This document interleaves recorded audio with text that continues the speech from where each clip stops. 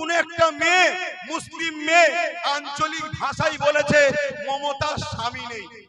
কি বলেছে? মমতার আঞ্চলিক ভাষায় স্বামীকে কি বলে? বলুন বলুন। ওটা শুনতে খারাপ লাগে বলে আমি বলছি না, কিন্তু যাকেই বলে চাল ভাজা তাকেই বলে খুদ ভাজা। তো ও বলেছে মমতার স্বামী নেই, এ কথাটা কোনো ভুল কি? আমরাও তো জানি স্বামী নেই। এই কথা তরুণ কেস হলো, তাকে বন্দী করলো।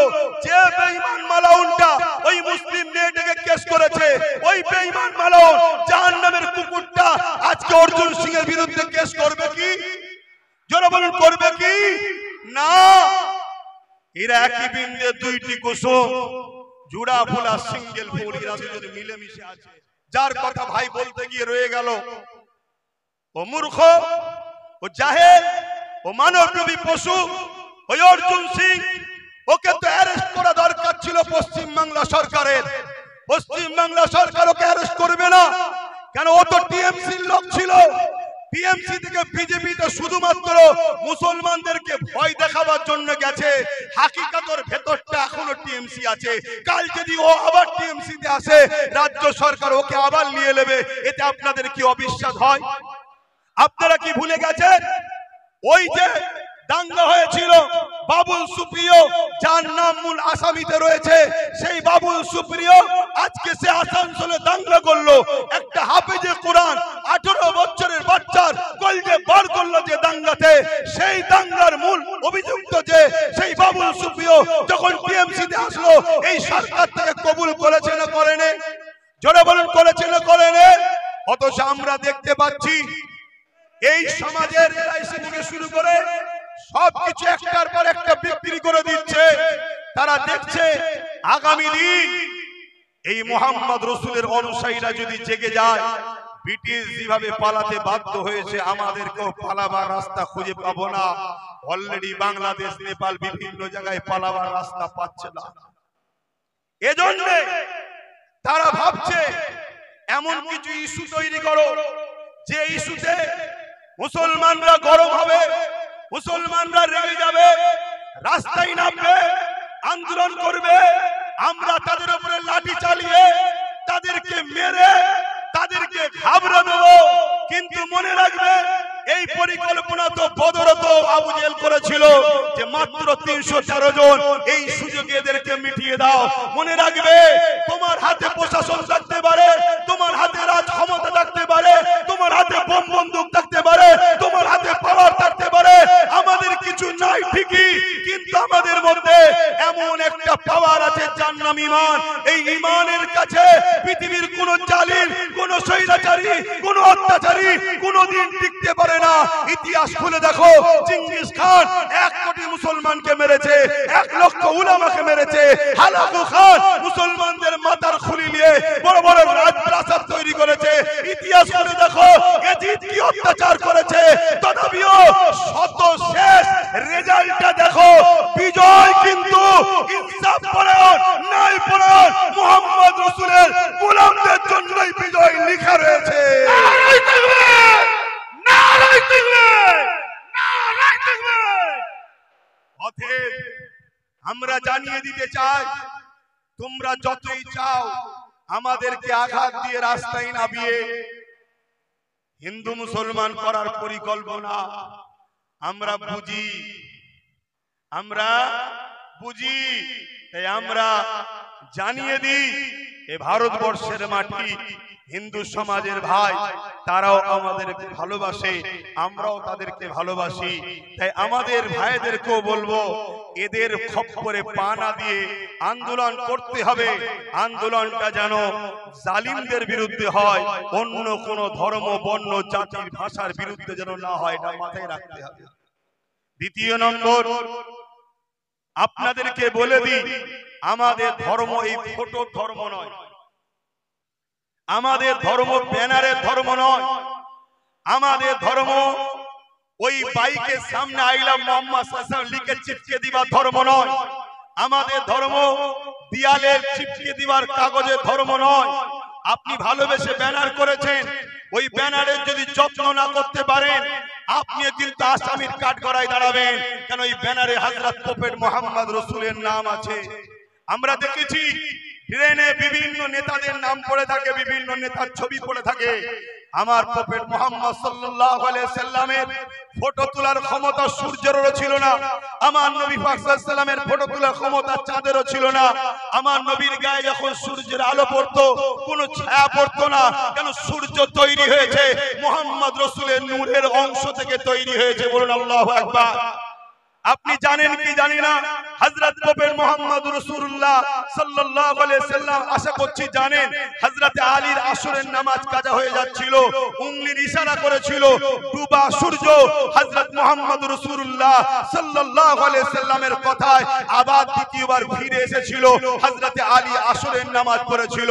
আজকে যেসব পাদর মুখো ছুঁচো মুখো মানব নবী পশুগুলো আমার নবীর বিরোধী করছো, তোমরা সবকটা শয়তান, সবকটা জালিম, পৃথিবীর বড় বড় জালিম নেতা ইয়াহু জাহান্নামের কুকুর থেকে শুরু করে তোমরা সবকটা বাঁদর এক জায়গায় হয়ে সূর্য তো তোলা দূরের কথা, একটা আলোর বাল্ব জ্বালাবো, একটা লাইট জ্বালাবো, ওই ল্যাম্প থেকে উংলির ইশারাতে সরাতে পারো কি দেখবো।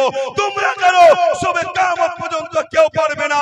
কিন্তু মুহাম্মদ সাল্লাল্লাহু আলাইহি ওয়াসাল্লাম আকাশের চাঁদকে ইশারা করেছে, সঙ্গে সঙ্গে চাঁদ নিজেকে দুটুকরো করে দিয়ে এক টুকরো আবু কুবাইস পার এইদিকে আর এক টুকরো একদিকে।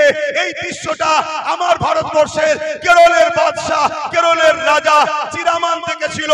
পরবর্তীতে খোঁজ নিল এটা কি হয়েছিল। পরবর্তীতে যখন খোঁজ পেল মুহাম্মদ রাসূলের আঙ্গুলের ইশারায় চাঁদ টুকরো হয়েছে, তখন এই চিরামান রাজা হিন্দুস্তান থেকে, কেরল থেকে গিয়ে মক্কার জমিনে গিয়ে মুহাম্মদ রাসূলের কাছে নিজেকে খেদমতে পেশ করে ঈমানের কালিমা বলে মুহাম্মদ রাসূলের আদর্শে জিন্দেগিকে ধন্য করে দিয়েছিল। আজকে সেই মুহাম্মদ সাল্লাল্লাহু আলাইহি ওয়াসাল্লামের উপরে কেউ আঘাত দিবার চেষ্টা করলে এতে আমার হুজুরের কিছু যায় আসে? জোরে বলেন। অসুবিধা হচ্ছে। আকাশে চাঁদ উঠলে দেখবেন বাদুর গুলো ডানা মেলে। হারা বাদুর ডানা মেলছিস কেন? বলছে চাঁদের আলোকে রুখে দেবো। আচ্ছা বলুন তো, বাদুরের ডানা দেখি চাঁদের আলো রুখা যাবে? কথা বলেন। এমনি তো বাদুরের মুখটা একটু পুঁচো টাইপের, ও যদি মনে করে আমি পাহাড়ে ধাক্কা মেরে পাহাড় উল্টে দেবো, মনে হয় পাহাড় উল্টাবে না, বাদুরের মুখটা আরো যাবে। আজকে যে টাকলা গুলো এইসব কাজ করছো, সময় থাকতে থাকতে সুধরে যাও। এমনি তো হনুমান মূর্খ দেখতে, না হয় এমন বিপদে পড়বে তার খেলা ওই পারস্য সম্রাট জানে। পারস্য সম্রাটের কাছে এই ওয়াকিয়াটা একটু মন দিয়ে শুনবেন। পারস্য সম্রাটের কাছে হযরত প্রফেট মুহাম্মদ রাসূলুল্লাহ সাল্লাল্লাহু আলাইহি সাল্লাম একটা চিঠি দিয়েছে। কি চিঠি? পারস্য রাজা ছিল জালিম, নারীদের ইজ্জত লুটতো, শরাবী ছিল, চরিত্রহীন ছিল। চিঠি লিখেছে কি? অন্যায় বন্ধ করো, জুলুম বন্ধ করো, নাই আমি মুহাম্মদ রাসূল সাল্লাল্লাহু আলাইহি সাল্লাম মুসলিমদের পক্ষে দাঁড়িয়ে তোমার বিরুদ্ধে লড়াই করব, সংগ্রাম করব, এই এলান করে চিঠিটা দিয়েছে। পারস্য রাজা আমার রাসূলুল্লাহ চিঠিটা দেখে টুকরো টুকরো করে ছিঁড়ে ফেলে দিয়েছে। যিনি চিঠি নিয়ে গিয়েছিলেন উনি এসে আমার রাসূলকে বলছেন, হুজুর আমার বড় দুঃখ লাগলো, নাজ্জাশী বাদশা চিঠি নিয়েছে, মানবে কি না মানবে তার ব্যাপার, কিন্তু ছিঁড়ে দেয়নি। রোমের বাদশা চিঠি নিয়েছে, মানবে কি মানবে না তার ব্যাপার, ছিঁড়ে দেয় না। এমন করে পৃথিবীর অনেক দেশের রাজারা আপনার চিঠি নিয়েছে কিন্তু ছিঁড়ে দেয়নি।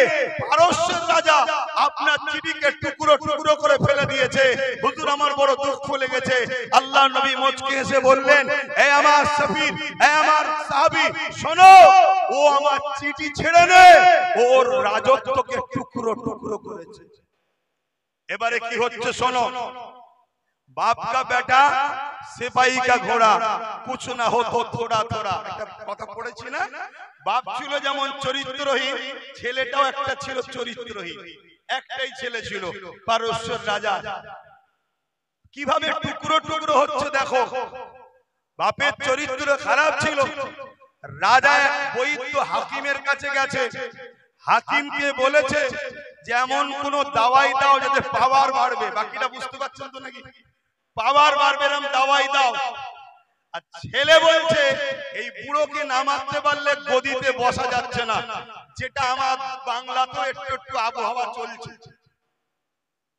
আমার বাংলাতে এরকম একটা আবহাওয়া পাওয়া যাচ্ছে না কি? এখানে বুড়ো ছেলে, এখানে বুড়ি, মানামানি চলছে না, একটা আবহাওয়া চলছে তো নাকি? আমার তো ভয় হচ্ছে কে কাকে কখন ছেড়ে দেবে কে জানে। তো যাক, আমি ওইদিকে যাচ্ছি না, আমি এই দিকে যাচ্ছি। যে বিষয়টা আজকে এসেছে, অসুবিধা হলো নাকি? কষ্ট হলো নাকি? তো যাই হোক, পারস্যর রাজা কি করলো, সে ওই দাওয়াই নিয়ে এসে ঘরে ঢুকেছে। হাতে দাওয়াই শিশি আছে, লেখা আছে তাকতের দাওয়াই।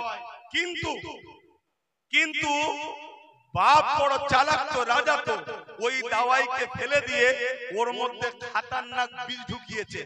ওর ইরাদা ছিল ছেলেকে দেবো, কোন জায়গায় রাখবো, ছেলে মনে করবে দাওয়াই আছে, খাবে। সেখানে ছেলেও তো বদমাইশ। আর এইদিকে ছেলে বলছে এ বুড়োকে না সরাতে পারলে হবে না, ও আর সহ্য করতে পারেনি। অস্ত্র নিয়ে এসে একদম ডাইরেক্ট ঢুকে বাপকে ঝেড়েছে, দু টুকরো করে দিয়েছে। যখনই দু টুকরো করেছে, হাতটা খুলে গেছে, হাতের মধ্যে তাকতের দাওয়াই লেখা আছে, কিন্তু হাকিকাতে আছে কি? ছেলে বলছে ওরে বুড়ো, এই জন্য বলি তুমি এত বদমাইশি করো কি করে, এই দাওয়াই খাও, তাই তো নাকি? তো ও নিয়েছে আর খেয়ে নিয়েছে। তাহলে কি হলো? ওদিকে বাপ গেল, এদিকে ছেলে। জোরে বলুন। প্রতিটা রাষ্ট্রে এরকম বিরোধী লোক থাকে না, থাকে না, সুযোগের অভাব। যেই বাপও মারা গেল, ছেলে মারা গেল, সঙ্গে সঙ্গে রাজ্যটা টুকরো টুকরো হয়ে গেল, দেশটা টুকরো টুকরো হয়ে গেল। প্রধান সেনাপতি এক অংশ নিল, প্রধানমন্ত্রী এক অংশ নিল, উজির এক অংশ নিল, এভাবে পারস্যটা টুকরো টুকরো হয়ে গেল। আমার মুহাম্মদুর রাসূলুল্লাহ সাল্লাল্লাহু আলাইহি ওয়াসাল্লাম, তিনি মহান স্রষ্টার পক্ষ থেকে সর্বকালের সর্বশ্রেষ্ঠ মেসেঞ্জার ছিল। এই আমার নবীর নাম লিয়াতে, আমার নবীর প্রেম করাতে যদি কারো আপত্তি হয়, জেনে রাখতে হবে সুরাতে সকলে সে মানুষ, হাকিকাতে সে মানবরূপী একটা পশু ছাড়া দ্বিতীয় কিছু নয়। তবে বড় দুঃখের সাথে বলতে হয়, হযরত নবী মুহাম্মদ সাল্লাল্লাহু আলাইহি ওয়াসাল্লামের উপরে আঘাত দিবার চেষ্টা করেছে, তার নাম লিখাতে আপত্তি করেছে। এর প্রতিবাদ যেমন হচ্ছে, এই প্রতিবাদটাও তো হওয়া দরকার। বাংলায় অনেকে প্রতিবাদ করছে আই লাভ মুহাম্মদ রাসূল নিয়ে, তাদের প্রত্যেকের প্রতিবাদকে আমি সাধুবাদ জানাচ্ছি, কারণ নবী আমাদের ঈমান, নবী আমাদের ঈমান। কিন্তু এই প্রতিবাদটা হচ্ছে না কেন? এই বাংলাতে কোন দলের নেতা তার দলের নেত্রীকে আল্লাহ বলে যখন ডাকে, এই প্রতিবাদটা কেন হয় না? কোন দলের নেতা তার দলের চোর নেতাকে আল্লাহ বলে যখন আখ্যা দেয়, প্রতিবাদ কেন হয় না? কোন দলের নেত্রী তার দলের নেতাকে আল্লাহর রূপ বলে যখন ডাকে, তখন প্রতিবাদ কেন হয় না? বড় দুঃখ লাগছে এইটা। এ বাংলার যুব সমাজ, এ বাংলার বাপ মা, আজও জাগো, এরা সবাই মিলে আমার ধর্মকে মিটাবার জন্য লেগেছে। এদের বিরুদ্ধে আমাদেরকে লড়াই করতে হবে। ওই লড়াইটা সংবিধানকে সামনে রেখে করতে হবে। ওই লড়াইয়ের সবথেকে বড় লড়াই হলো যেভাবে আমরা ঐক্য হয়েছি, যেভাবে আমরা ঐক্য হয়েছি এই জালিমদের প্রতিরোধ করার জন্য, এইভাবে ঐক্য হয়ে এই জালিমদের বিরুদ্ধে লড়াই করার জন্য আমাদের লিডার তৈরি করা দরকার আছে না নাই? আওয়াজ তুলে বলুন, আছে না না? কারা আমার সঙ্গে একমত? হাত লম্বা করে তোলে। আমাদের লিডারের দরকার আছে না নাই? আমাদের লিডারের দরকার আছে না নাই? আজকে এই বাংলায় কেউ একজন বলবে ইসলাম নাকি রেপ করাকে, আমার কথা কি খারাপ লাগছে নাকি? আজকে উত্তর প্রদেশের নিয়ে প্রতিবাদ করছো, আজকে গাজাল নিয়ে কলকাতায় প্রতিবাদ করছো, ভালো জিনিস করো। কিন্তু এই বাংলায় যখন মানুষের ঘর বানা হয়, ইফতারকে ফেলে দেওয়া হয়, কল তুলে নেওয়া হয়, কেস দেওয়া হয়, মিথ্যা মামলা দেওয়া হয়, গেজার কেস দেওয়া হয়, তার বিরুদ্ধে আন্দোলনটা কবে করবে? তুমি দূরের আন্দোলন করতে পারছো, উত্তর প্রদেশে আই লাভ মুহাম্মদ রাসূল লিখাতে মেরেছে, পিটেছে, আন্দোলন করছো, করছি, ভালো কথা। কিন্তু এই বাংলায় যখন কেউ বলে কোরআন মিটে যাবে, শেষ হয়ে যাবে, উন্নতি মিটবে না, তার আন্দোলনটা কবে হবে? এই বাংলায় যখন কেউ কাউকে বলবে যে অমুক আমাদের আল্লাহ, খুলে বলছি, খুলে খুলে বলছি, বলবো? এই বলবো? খুলে বলবো না রেখে বলবো? কারা কারা শুনতে চান হাত তুলে বলুন। এই বাংলার নির্মল মাঝি বলে একটা এমএলএ আছে, সেই এমএলএ মমতা ব্যানার্জিকে বলছে আমাদের আল্লাহ। এর প্রতিবাদটা উলামারা করেছে, এর প্রতিবাদটা করেছে করলেন না? কেন করলেন না? এই প্রতিবাদের দরকার আছে না নাই? এক সপ্তাহ 1.5 সপ্তাহের মধ্যে আপনাদের এই উত্তর 24 পরগনা এর বিরুদ্ধে প্রতিবাদ হবে। ব্যানার তৈরি করে আপনারা যেতে রাজি আছেন? রাজি আছেন? আল্লাহকে ভালোবাসো, মনে রেখে দিও, আমাদেরকে মিটাতে চেয়েছে অনেকে, আমার আল্লাহ আমাদেরকে বাঁচিয়েছে। যখনই কোনো নতুন প্ল্যান করে খোদার পক্ষ থেকে এমন ভয়ানক দুর্যোগ হয়, সেই দুর্যোগ দেখে মানুষ দিশেহারা হয়ে যায়। আল্লাহ আমাদেরকে এখনো বাঁচাচ্ছে। তাই বলবো, তোমাকে আমার পছন্দ কি জানি না, কিন্তু আমি কিছু ভুল বলছি? গত 2-3 দিন আগে সম্ভবত মুর্শিদাবাদে কোন একজন মহিলা আর একজন এমএলএ, মুসলিম এমএলএ কে আল্লাহ বলছে। এই ভিডিওটা দেখেছেন? জোরে বলুন, দেখেছেন? তোরা রাজনীতি করছিস, করগে যা, আমার ধর্মের উপরে বারবার আঘাত দিবি কেন? কেন আমার আল্লাহকে নিয়ে টানা হবে? কেন আমার রসুলকে নিয়ে টানা হবে? কেন আমার কোরআনকে নিয়ে টানা হবে? কেন আমার দ্বীনকে নিয়ে টানা হবে? যেখানে সংবিধান বলছে কারো ধর্মের উপরে আঘাত দিও না, তোমরা বারবার আমার আল্লাহকে, আমার রসুলকে, আমার দ্বীনকে টার্গেট করছো কেন? ওরা দেখছে মুসলমানদের হাতে তো কোনো পাওয়ার নেই, মুসলমানদের বলার কোনো লিডার নেই, মুসলমানদের বলার কোনো লোক নেই। এই জন্য ওরা আমাদেরকে টার্গেট করেছে। যেভাবে ভিড় তৈরি করে এদের বিরুদ্ধে আন্দোলন করছি, ঠিক এইভাবে আমাদেরকে অঙ্গীকার করতে হবে, আমরা নিজেদের লিডার বানাবো, নিজেদের নেতা বানাবো, নিজেদের পক্ষ থেকে, এবং অন্য সমাজের গরিব মানুষ যারা আমার ধর্মের পক্ষে যদি নাও বলে, কমসে কম বিরোধী যেন না করে, এমন লোককে আমরা সাথ দিয়ে আগামী দিন তাদের দ্বারা আইনত ব্যবস্থা এদের দ্বারা লব। এই ঐক্য হওয়া দরকার আছে না না? জোরে বলুন, আছে না না? আজকে এই মাঠে আমাদেরকে কেন আসতে হবে?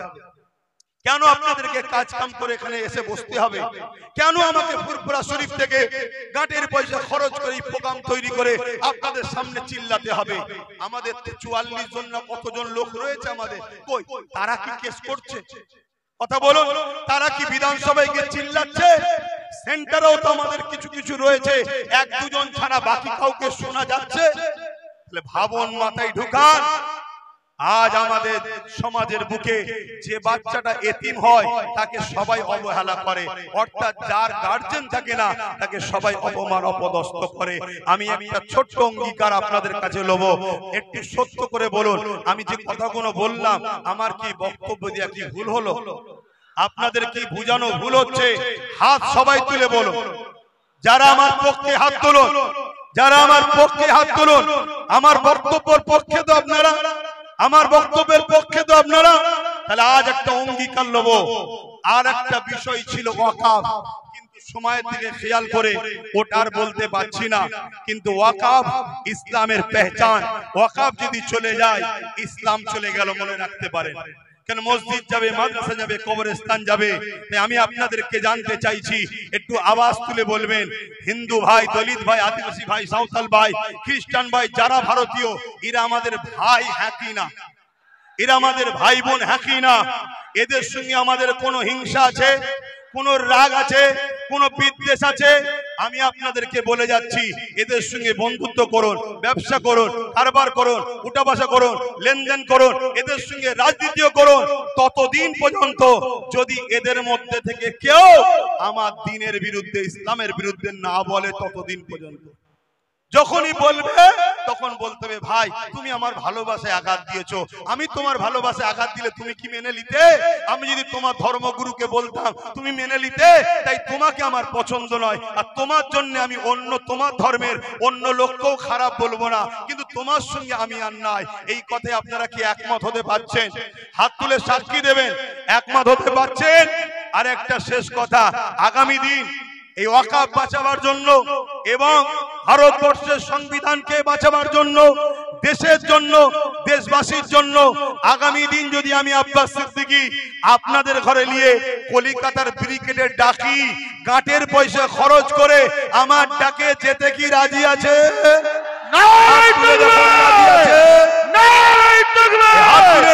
ভাইজান আপনি আগিয়ে চলুন, হাত তুলে রাখবেন। ভাইজান আপনি আগিয়ে চলুন, হাত নামাবেন না, ভাইজান আপনি আগিয়ে চলুন, হাত নামাবেন না, হাতটা তুলে রাখেন। একটু দেখবেন ডায়ে বায়ে কেউ হাত তুলতে বাকি আছে কিনা। ভাই কেন দেখতে বললাম ভাই, কেন দেখতে বললাম? তার সাথে ঝগড়া করব? না না, ঝগড়া নয়, ঝগড়া ইসলাম শিখায়নি। আমরা শুধু চিনে লব, এ আমাদের নয়, এ সংবিধানের নয়, এ মানবতার নয়, এই ইনসাফের জন্য নয়, এই ইনসানিয়তের জন্য নয়। অতএব তার সাথে আমরাও নাই। ঠিক না বেঠিক? হাত নাবান। আমার কথাতে কেউ কষ্ট পেলে কেউ বেলেন তো যাক, আমি সময়ের দিকে খেয়াল করে এখানে সংক্ষিপ্ত করছি। আগামী 1.5 সপ্তাহের মধ্যেই এই আল্লাহ কেন বলল এবং ইসলামের উপরে যে অপবাদ দিয়েছে এর প্রতিবাদে ডাকা হবে।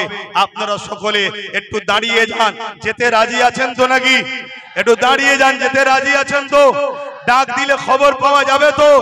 হাত তুলে স্লোগান দেন, নারে দিন।